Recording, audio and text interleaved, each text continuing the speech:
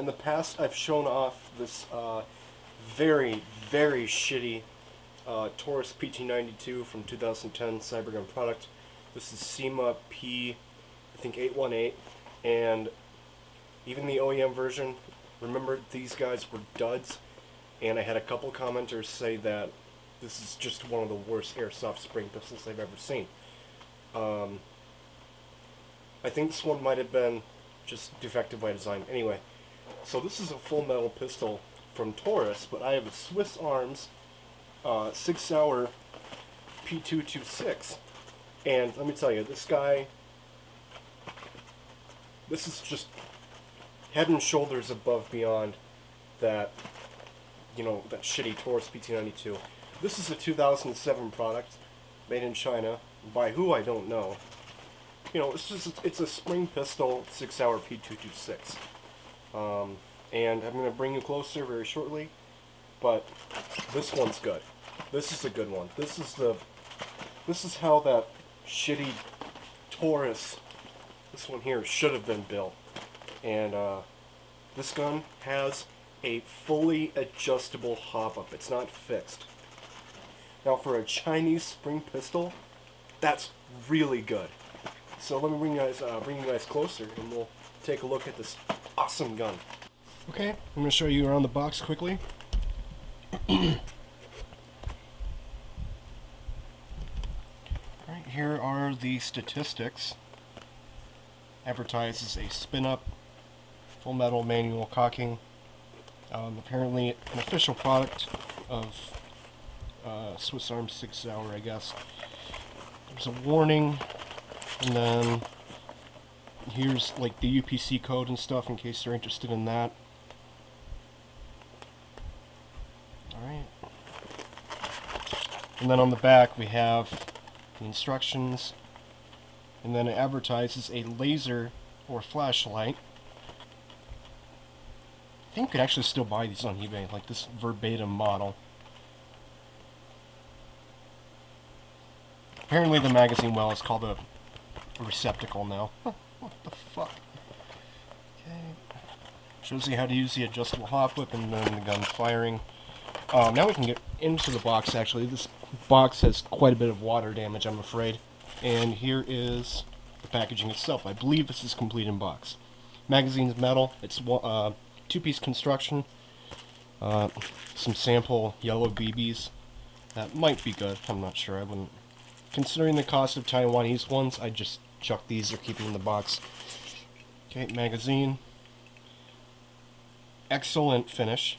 Well, not excellent, but good for a Chinese gun. There's no markings on here. Two-piece construction, plastic bottom plate, or bottom with a metal base plate. Okay.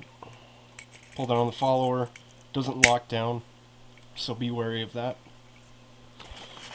And then we have the gun. Here it is. Not quite realistic trademarks, but it's okay. The lower and the upper is made of zinc alloy, as are a lot of the metal bits here. This one has P226 on the grips, unlike the M9, which just has CYMA written on it. Okay, SIG-Sauer.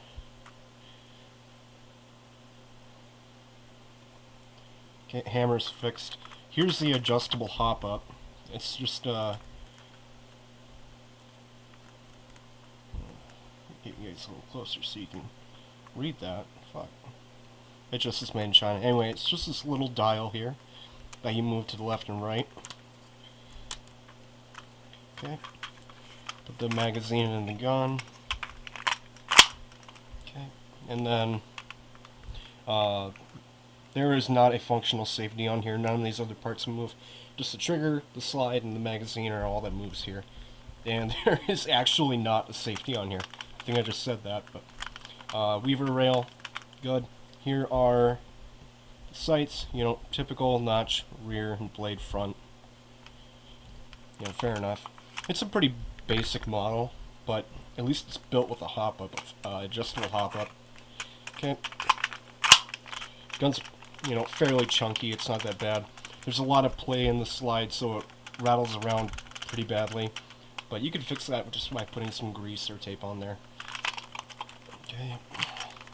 Gun is actually just a little bit difficult to cock back. It's a very short traveling slide, and it has a open chamber, actually. Really cool.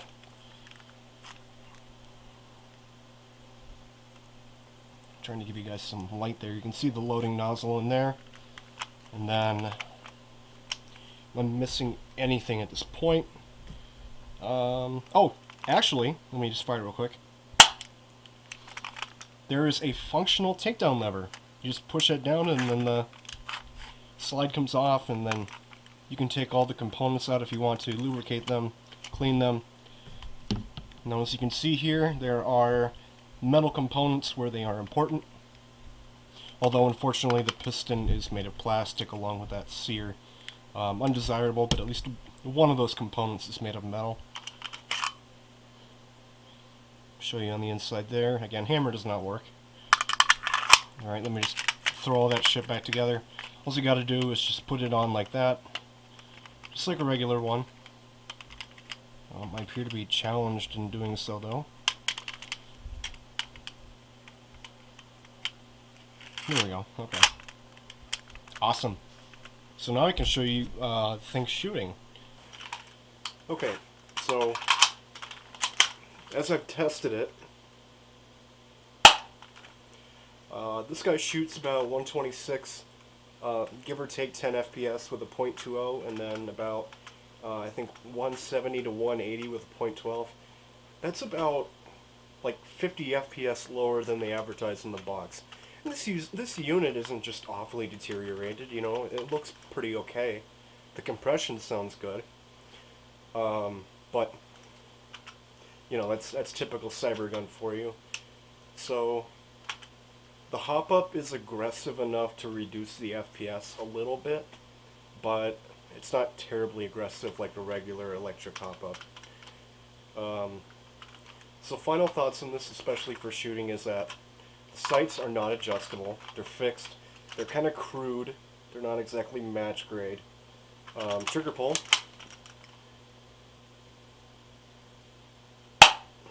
The trigger pull is really smooth, and then the weight of the gun, being a zinc gun, it helps keep it stable to some degree.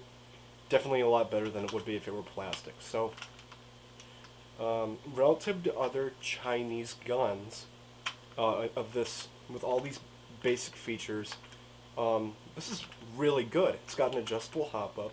The power could be a bit better, but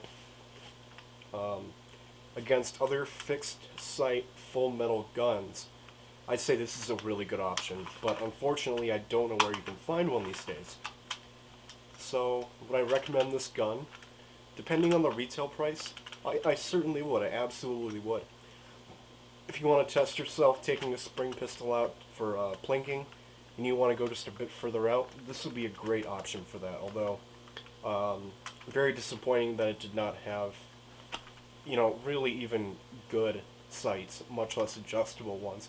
If you're gonna fucking give a gun an adjustable hop-up, what are you thinking putting these crap sights on here? I mean, that's just, that like defeats the purpose of the gun, right? Having a hop-up, but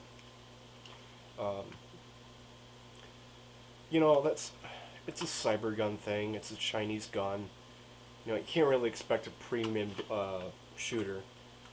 But if this gun was under $30 today, I would recommend it compared to other Chinese-made guns. So a good alternative would be like the Crosman Stinger P311,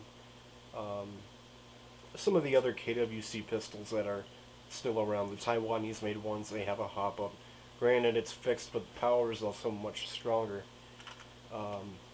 That's really all I have to say about this guy. I don't think I've missed anything.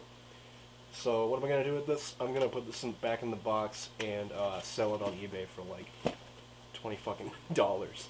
So thank you for watching. That was my review on the adjustable hop-up full metal spring P226 from SIG-Sauer Swiss Arms. Thank you for watching, and I hope you guys enjoyed this review. This was pretty interesting to take a look at, in my opinion.